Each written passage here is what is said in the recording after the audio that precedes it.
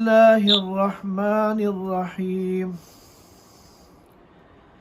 الحمد لله نحمده ونستعينه ونستغفره ونؤمن به ونتوكل عليه ونعوذ بالله من شرور أنفسنا ومن سيئات أعمالنا.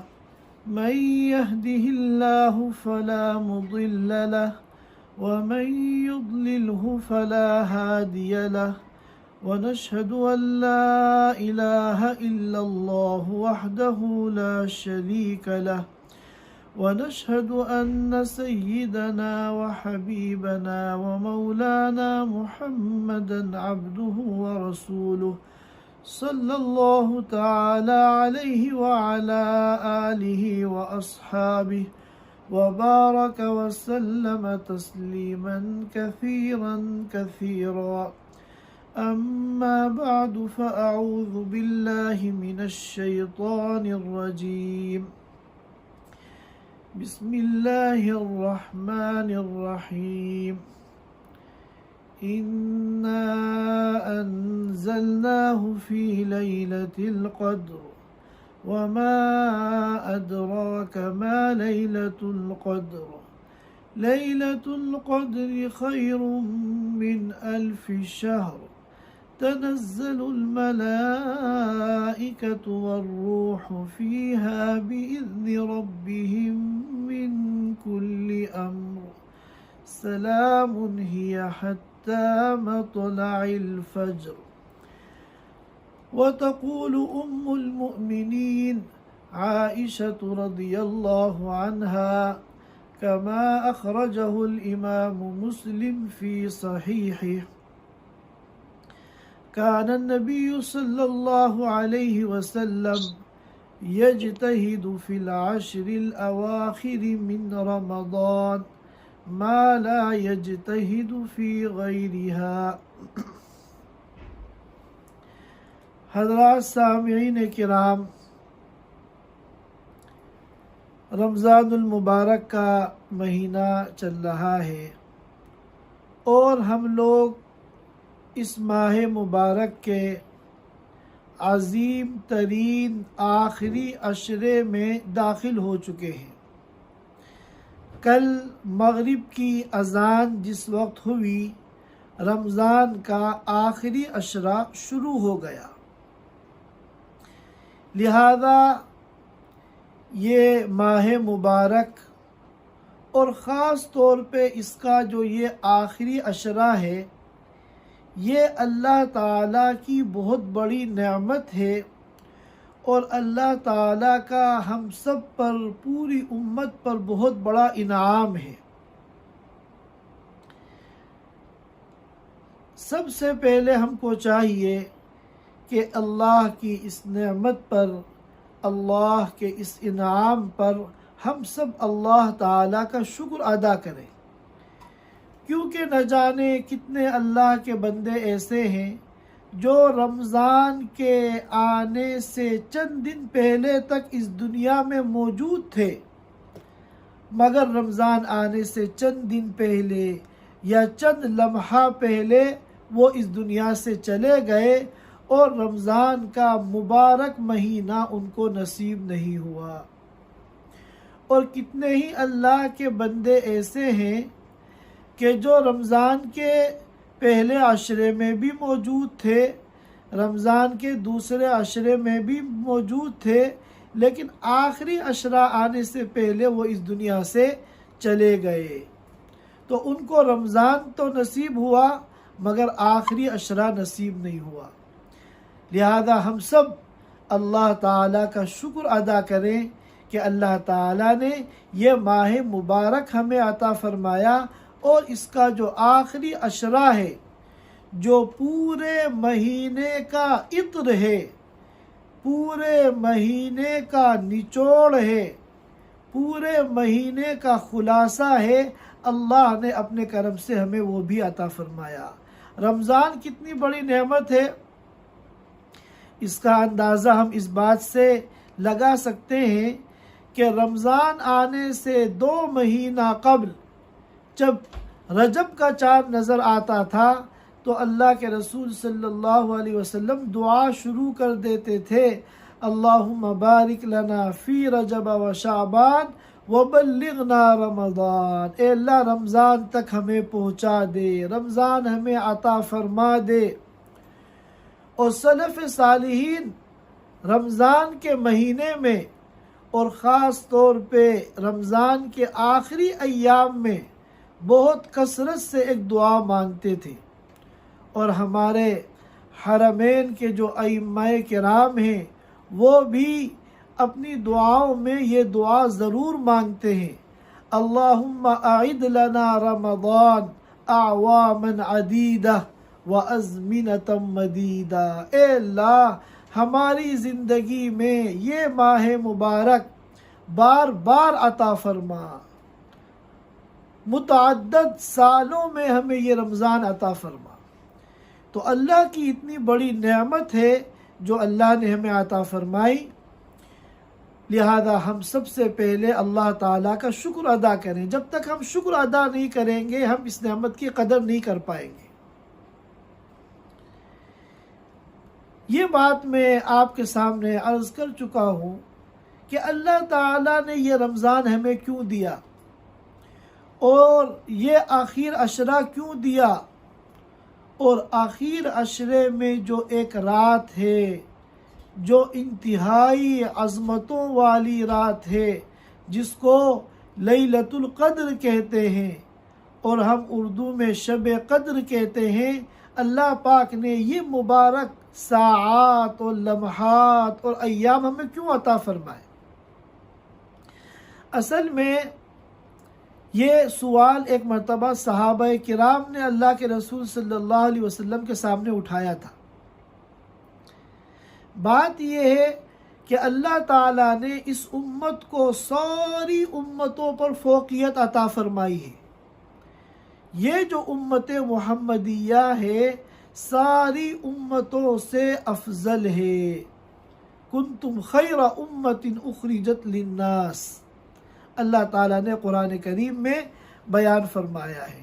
لیکن یہ بات بھی معلوم ہے کہ اللہ تعالیٰ کے یہاں افضلیت اور مقام و مرتبہ وہی حاصل کرتا ہے جس کے اعمال اور نیکیاں زیادہ ہوں، کیونکہ کسی کی اللہ تعالیٰ سے کوئی رشتہ داری نہیں ہے، ساری مخلوق اللہ کی نگاہ میں برابر ہے۔ حضرت آدم علیہ السلام سے لے کر قیامت تک آنے والے آخری انسان تک سب الخلق عیال اللہ، مخلوق اللہ کا کنبہ ہے، اور سارے جو فیملی ممبران ہوتے ہیں سب برابر ہوتے ہیں۔ لہذا اللہ کے یہاں اگر کوئی مقام حاصل کرنا ہے تو وہ اعمال کی بنیاد پر ہوگا۔ اللہ نے اعلان کر دیا ہے قرآن میں، ان اکرمکم عند اللہ اتقاکم، اللہ کے یہاں سب سے زیادہ عزت والا کوئی حسب نسب والا نہیں ہے، بلکہ جو سب سے زیادہ تقوی والا ہے وہ اللہ کے یہاں سب سے اونچے مقام والا ہے۔ تو اب مسئلہ یہ ہوا کہ اعمال کی بنیاد پر اللہ کے یہاں مقام حاصل ہوتا ہے، اور اعمال کے لیے اس امت کو جو عمر دی گئی ہے وہ تو مختصر سی عمر ہے۔ عام طور پر اس امت محمدیہ کو جو عمر دی گئی ہے وہ 60 سے 70 سال کے درمیان ہے، کوئی پہلے چلا جاتا ہے کوئی بعد میں چلا جاتا ہے، لیکن پچھلی امتوں کو جو عمر دی گئی وہ ہزار سال دی گئی، سینکڑوں سال ان کی عمریں ہوتی تھی۔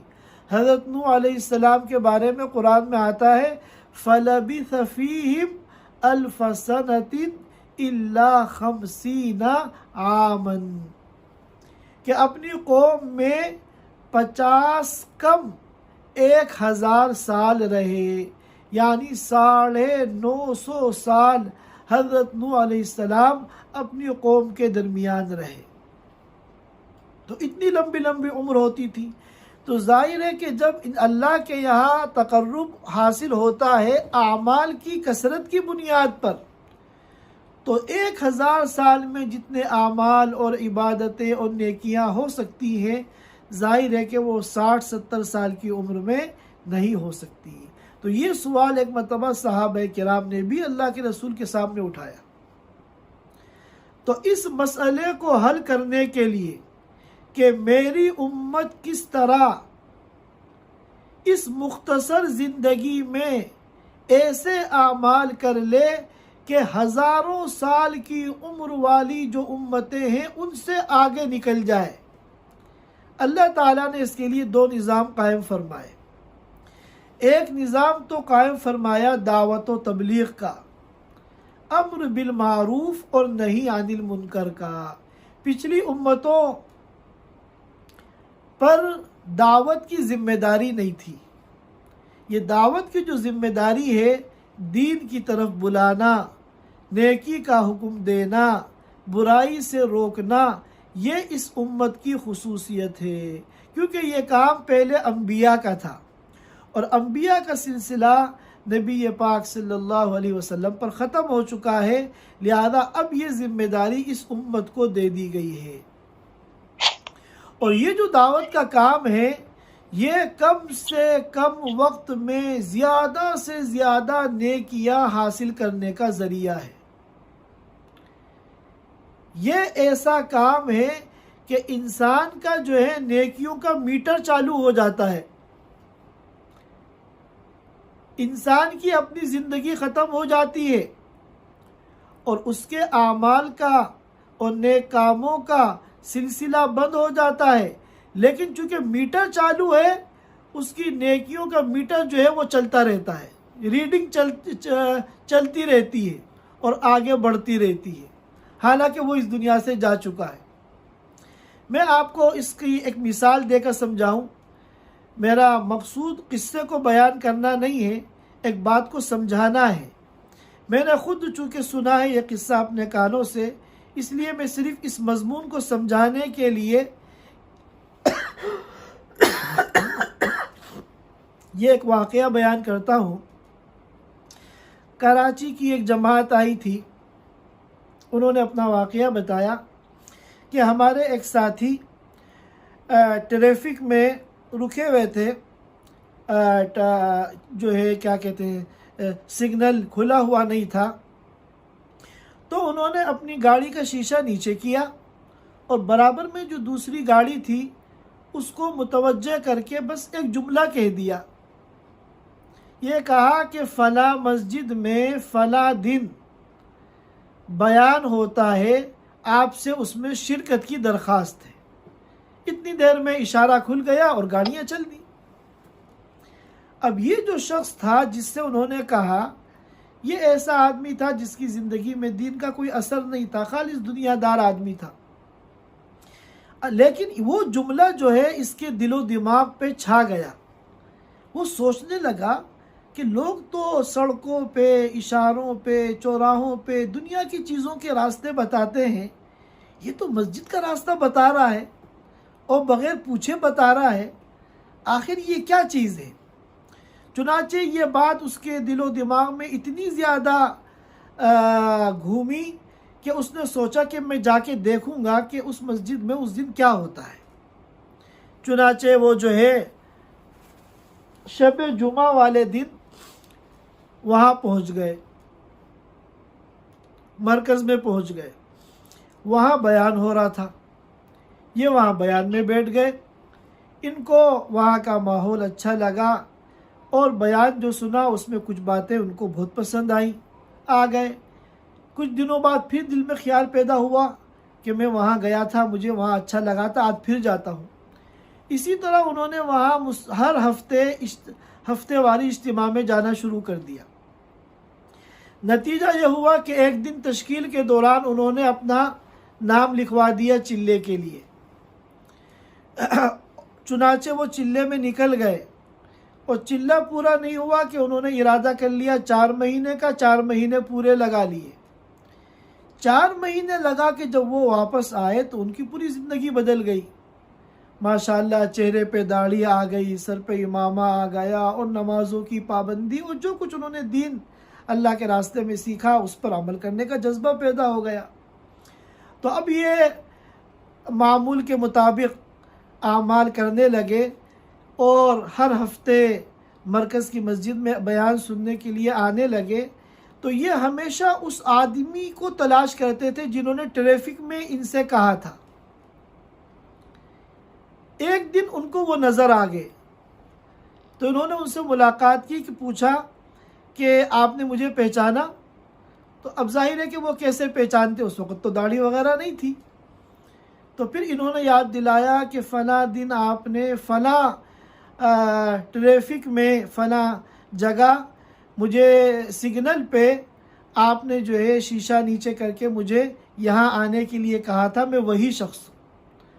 تو اب دیکھیے دعوت اتنی طاقتور چیز ہے کہ 1 منٹ بھی نہیں لگا دعوت دینے میں، اور پھر انسان بھول بھی گیا کہہ کر، لیکن اللہ نے اس کی زندگی کو بدل دیا۔ اب زندگی بھر جتنے وہ نیک کام کرے گا اس کا سارا اجر اس کو ملتا رہے گا، کیونکہ اصول ہے الدال علی الخیر کفاعلہ، خیر کی طرف بلانے والا خیر پر عمل کرنے والے کی طرح ہے۔ اور پھر وہ زندگی میں جتنے لوگوں کو دین کی دعوت دے گا، وہ نیک کام کریں گے، اس کا بھی اجر ملے گا۔ پھر وہ اپنی زندگی میں جتنے لوگوں کو دین کی دعوت دیں گے، سب کا اجر اس کو ملتا رہے گا، اس کا میٹر چالو ہو گیا۔ تو اللہ نے ایک نظام تو یہ قائم فرمایا کہ یہ امت تھوڑی سی عمر میں زیادہ سے زیادہ نیکیاں حاصل کرنے والی بن جائے، اور دوسرا نظام اللہ تعالیٰ نے یہ قائم فرمایا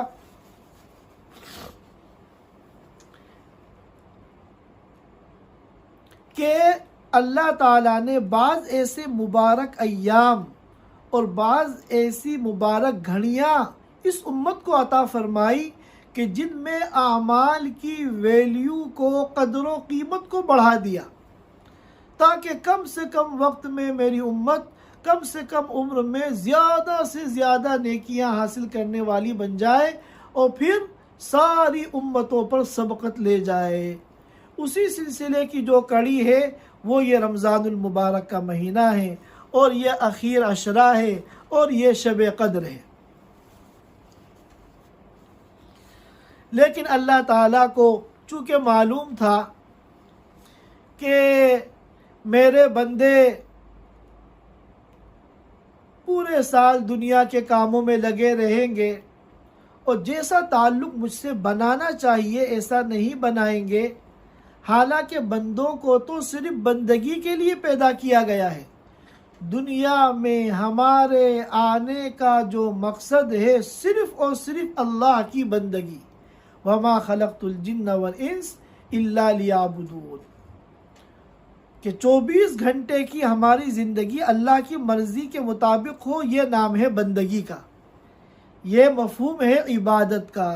لہذا ہمارا سونا، کھانا، پینا، تجارت کرنا، آرام کرنا جب سب شریعت کے مطابق ہوگا اور سنت کے مطابق ہوگا تو یہ سب عبادت کے اندر شامل ہے۔ لیکن اللہ میاں کو معلوم تھا، اللہ نے ہمیں پیدا کیا ہماری کمزوریوں سے، ہماری فطرت سے اللہ خوب جانتے ہیں کہ بندہ پورے سال دنیا کے کاموں میں لگے گا تو مجھ سے بہت دور ہو جائے گا۔ میں تو بندوں کے بہت قریب ہوں، وَنَحْنُ أَقْرَبُ إِلَيْهِ مِنْ حَبْلِ الْوَرِيدِ، رگ جان سے بھی زیادہ قریب ہوں، شہ رگ سے بھی زیادہ قریب ہوں، لیکن بندہ جو ہے وہ اپنے اعمال کی وجہ سے اللہ سے بہت دور ہو جاتے ہیں۔ تو اللہ نے یہ ایک مہینہ دیا کہ دیکھو کم از کم اس ایک مہینے میں تم لوگ میرے قریب آ جاؤ اور مجھ سے تعلق کو مضبوط بنا لو۔ اور اللہ تعالیٰ یہ بھی جانتے تھے کہ اس ایک مہینے کی بھی یہ قدر نہیں کر پائیں گے، تو اللہ نے پھر آخری عشرہ دیا کہ ٹھیک ہے میرے بندو، اگر تم سے پہلا عشرہ ضائع ہو گیا، دوسرا عشرہ ضائع ہو گیا، تو ابھی بھی کچھ نہیں بگڑا، آخری عشرہ جو ہے میں تمہیں دے رہا ہوں، کم از کم تم اس ایک عشرے کی قدر کر لو۔ تو یہ اللہ تعالیٰ نے ہمیں آخری عشرہ دیا ہے جو پورے ماہ مبارک کا عطر ہے، نچوڑ ہے۔ اور یہ عشرہ جب آتا تھا تو حضرت عائشہ رضی اللہ تعالیٰ عنہ فرماتی ہیں کہ جب آخری عشرہ آتا تھا تو آپ اپنے گھر والوں کو بیدار کر دیا کرتے تھے اور اپنی کمر کس لیا کرتے تھے، وَشَدَّ مِئْزَرَهُ، اپنی لنگی کس کے باندھ لیتے تھے۔ یہ ایک محاورہ ہے، ہم اردو میں بھی کہتے ہیں کمر کس لینا، جب کسی کام کو محنت کے ساتھ، شوق کے ساتھ، اہمیت کے ساتھ کرنا ہوتا ہے تو اپنی کمر کو بندہ کس لیتا ہے اور گھر والوں کو بیدار کر دیا کرتے تھے۔ محدثین کرام نے فرمایا کہ گھر والوں کو رات میں اٹھانے کا معمول تو رسول اللہ صلی اللہ علیہ وسلم کا پورے سال تھا، لیکن رمضان کے آخر عشرے میں پوری رات آپ کہتے تھے کہ یہ راتیں سونے کی نہیں ہیں، یہ راتیں غفلت کی نہیں ہیں، یہ راتیں تو اللہ کی عبادت کی ہیں، اللہ کی اطاعت کی ہیں، تلاوت کی ہیں، نوافل کی ہیں، اللہ سے لو لگانے کی راتیں ہیں، اللہ سے تعلق کو بنانے کی راتیں ہیں۔ چنانچہ عائشہ رضی اللہ تعالی عنہ فرماتی ہیں، مسلم شریف کے اندر روایت ہے کہ اللہ کے رسول صلی اللہ علیہ وسلم جتنی محنت رمضان کے آخر عشرے میں کرتے تھے عبادت کے اعتبار سے، پورے سال ایسی محنت نہیں کرتے تھے۔ اولاً تو آپ کی ساری زندگی عبادت کے اہتمام میں گزری ہے، لیکن رمضان کا آخر عشرہ جب آتا تھا تو آپ کی عبادت کا جو معیار تھا اور مستوی تھا وہ بہت زیادہ بلند ہو جاتا تھا۔ اور اسی طرح امام نسائی نے ایک روایت نقل کی ہے حضرت عائشہ رضی اللہ تعالی عنہ کی، فرماتی ہیں کہ مجھے نہیں معلوم کہ رمضان کی ان راتوں کے علاوہ سال میں کسی رات میں آپ نے ایک رات میں پورا قرآن ختم کیا ہو یا پوری رات عبادت کی ہو صبح تک۔ رمضان کی ان راتوں کے علاوہ مجھے کسی اور رات میں ایسا نہیں یاد کہ ایک رات میں آپ نے پورا قرآن ختم کیا ہو یا ایک رات میں آپ نے پوری رات عبادت کی ہو۔ تو بہرحال یہ آخری عشرہ کل مغرب سے شروع ہو چکا ہے اور اللہ تعالیٰ نے اس میں ایک رات عطا فرمائی ہے جس کو شب قدر کہتے ہیں۔ شب قدر یہ انتہائی عظیم الشان رات ہے اور اس رات کا اللہ کے یہاں کیا مقام ہے، کیا مرتبہ ہے، ہم اس کا اندازہ نہیں لگا سکتے۔ اس رات کی فضیلت میں اللہ تعالیٰ نے پوری سورت نازل فرمائی، سورۃ القدر، جو ابھی میں نے آپ کے سامنے تلاوت کی، اور سورۃ الدخان کی ابتدائی آیتیں اسی رات کے بارے میں نازل فرمائی، حامیم والکتاب المبین انا انزلناہ فی لیلۃ مبارکۃ انا کنا منذرین فیہا یفرق کل امر حکیم امرا من عندنا انا کنا مرسلین رحمتا من ربک انہ هو السمیع العلیم۔ سورۃ القدر میں اور سورۃ الدخان کی ان ابتدائی آیات میں اس شب قدر کے بارے میں بتایا گیا ہے کہ اسی شب قدر میں اللہ پاک نے قرآن کو نازل فرمایا۔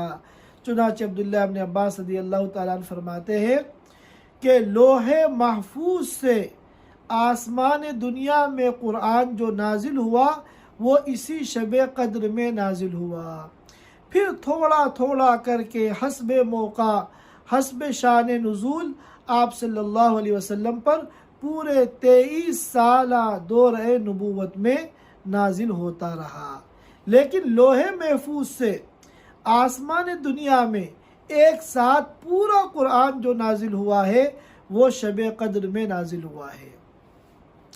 اور اس شب قدر میں فیہا یفرق کل امر حکیم، تقدیر کے فیصلے ہوتے ہیں، انسانوں کے بارے میں بڑے فیصلے اور اہم ترین فیصلے اسی رات میں ہوتے ہیں۔ اس رات کا کیا مقام ہے، کیا مرتبہ ہے، کیا فضیلت ہے، اس کی حقیقت تک تو ہم نہیں پہنچ سکتے۔ اللہ تعالیٰ نے ایک موٹی سی بات ارشاد فرما دی کہ یہ رات خیر من الف شہر، 1000 مہینوں سے بہتر ہے۔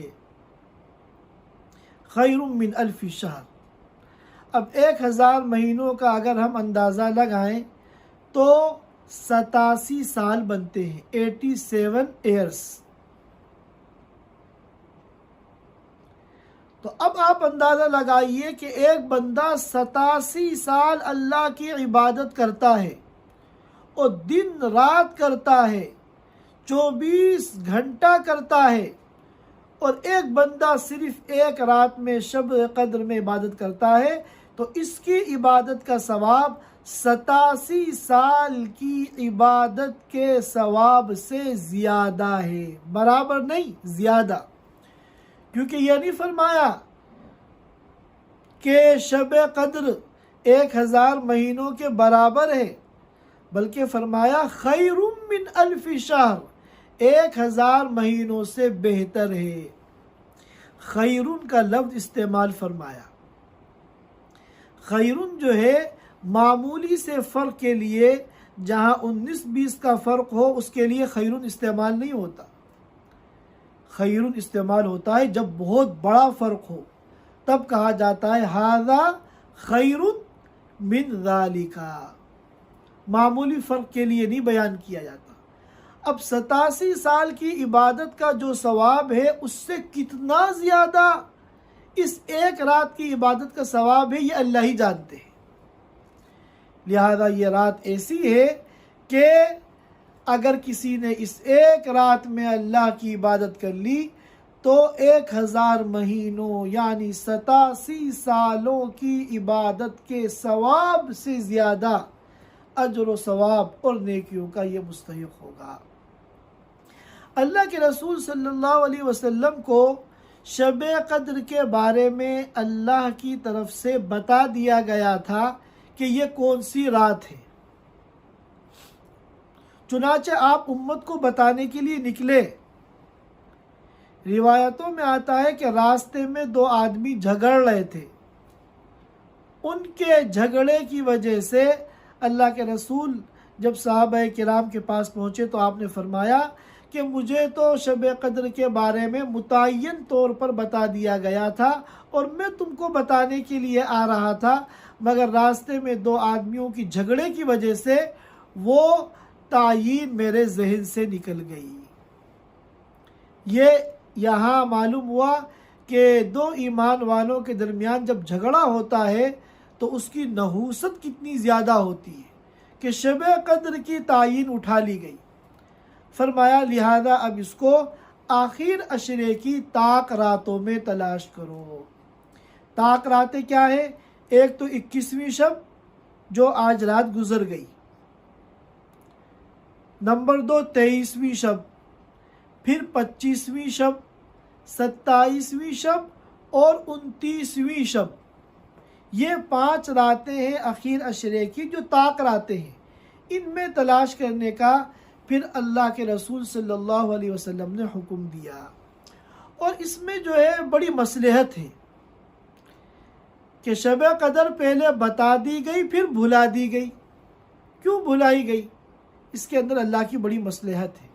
ایک مصلحت تو یہ ہے جب شب قدر کی تعین اٹھا لی گئی اور یہ حکم دیا گیا کہ رمضان کے آخر عشرے کی طاق راتوں میں اس کو تلاش کرو، تو آخر عشرے میں جو طاق راتیں ہیں وہ 5 ہیں۔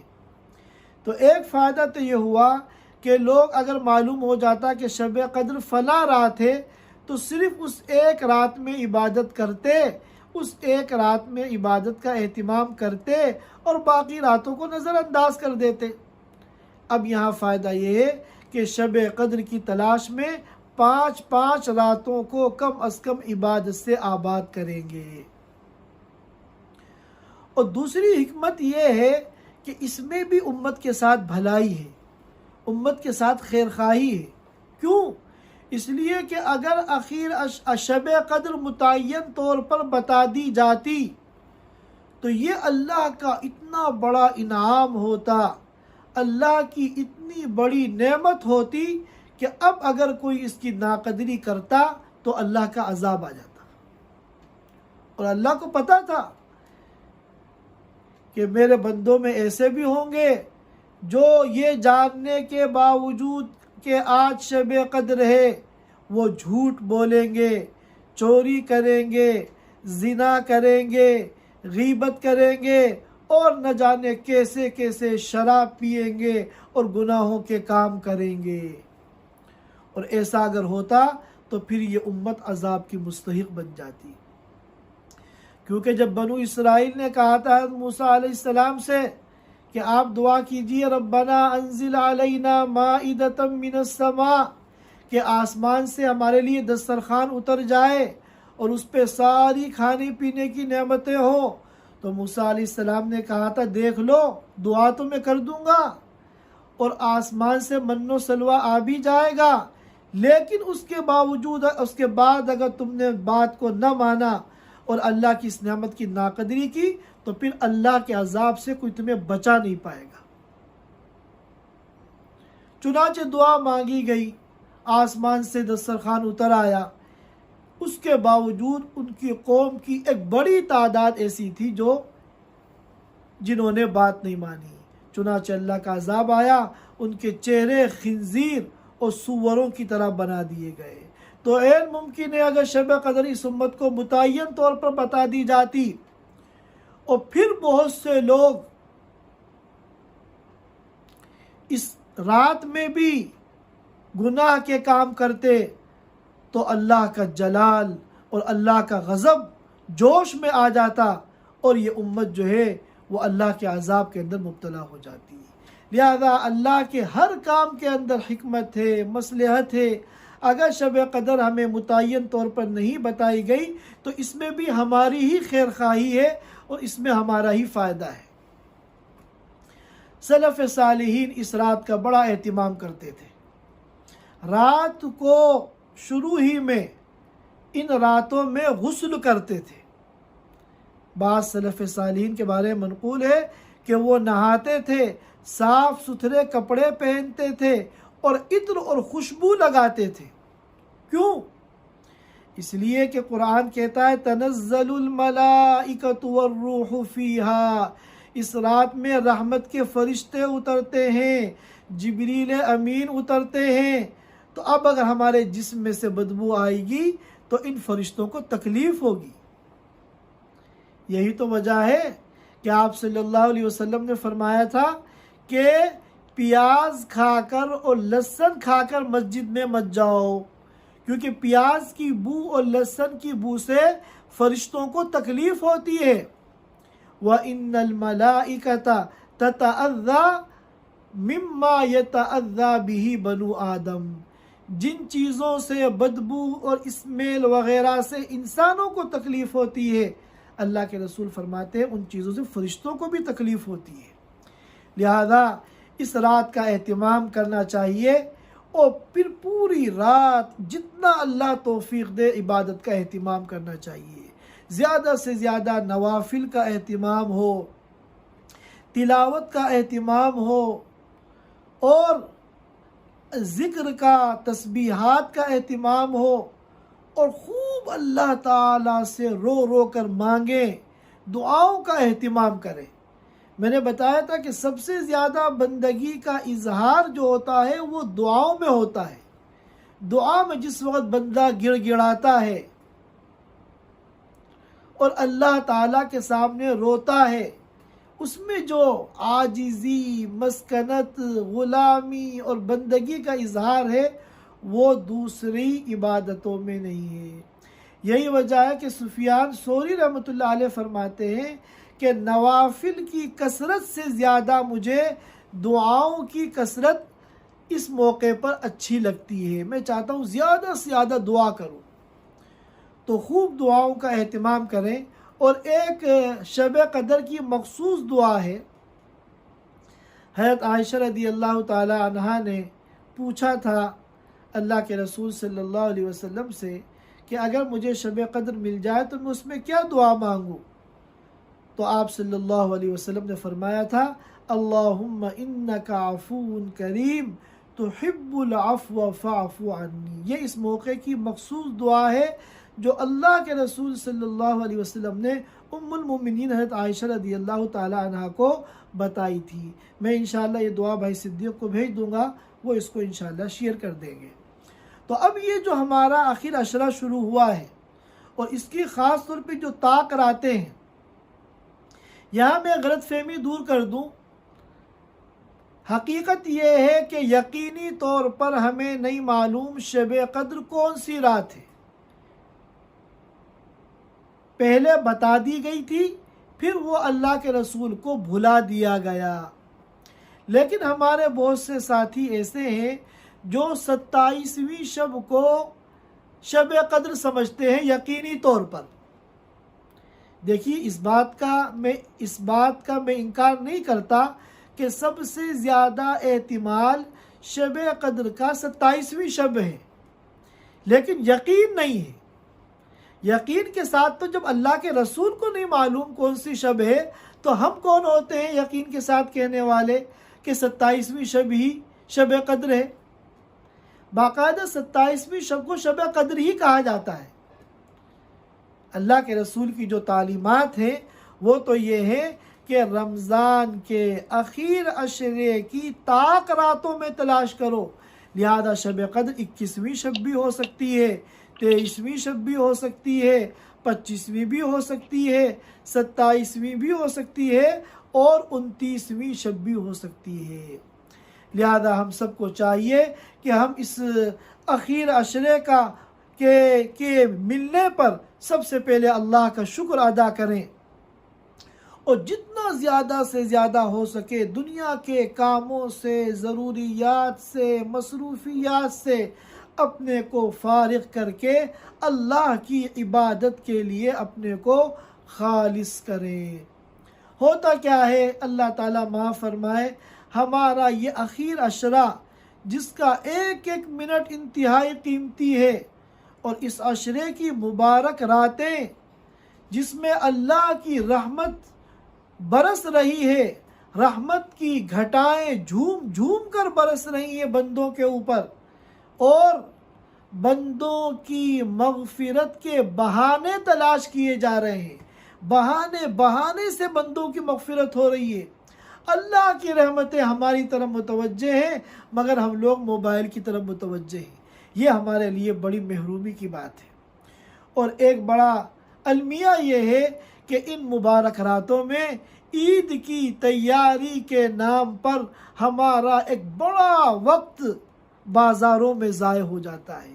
ایک ایک بچے کی جوتی کی وجہ سے، ایک ایک بچی کی چوڑی کی وجہ سے، پاجامے اور شلوار کی وجہ سے اور عید کی تیاری کے نام پر نہ جانے کتنا قیمتی وقت ہم لوگ بازاروں میں ضائع کر دیتے ہیں. اور ایک بڑی آزمائش یہ ہے کہ اس موقع پر بازاروں میں تنزیلات لگ جاتی ہیں، آفر لگ جاتی ہیں. عید کے عنوان سے بڑی بڑی آفر بازاروں میں، مارکیٹوں میں، مالز میں لگ جاتی ہیں. یاد رکھیے دنیا کی اس آفر سے کہیں زیادہ قیمتی وہ آفر ہے جو اللہ تعالیٰ نے ہمیں ان ایام میں عطا فرمائی ہے. لہذا ہم سب وہ اس آفر سے فائدہ اٹھانے کی کوشش کریں جس سے آخرت کی ہماری ہمیشہ کی زندگی بننے والی ہے. اور یہ دنیا کی مارکیٹوں کی جو آفرز ہیں اس سے ہمارا دنیا کا چند دن کا فائدہ ہے. جس دن ہماری آنکھ بند ہو جائیں گی یہ سب جب لاد چلے گا بنجارا سب ٹھاٹ پڑا رہ جائے گا. یہ سب اسی طرح ہم چھوڑ چھاڑ کے اس دنیا سے چلے جائیں گے.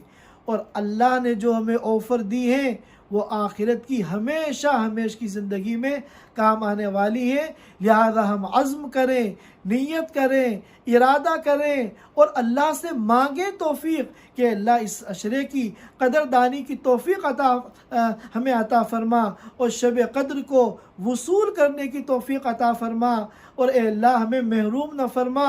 ایسا نہ ہو یہ ماہ مبارک آنے کے تو نے ہمیں دے دیا مگر ہم نے اس کی ناقدری کی اور یہ مہینہ چلا گیا اور ہم محروم رہ گئے. اللہ تعالی ہم سب کو کہنے سننے سے علی عمل کی توفیق عطا فرمائے. وآخر دعوانا ان الحمد للہ رب العالمین. Thanks for watching. Don't forget to like, comment, share and subscribe to Al Wahid channel.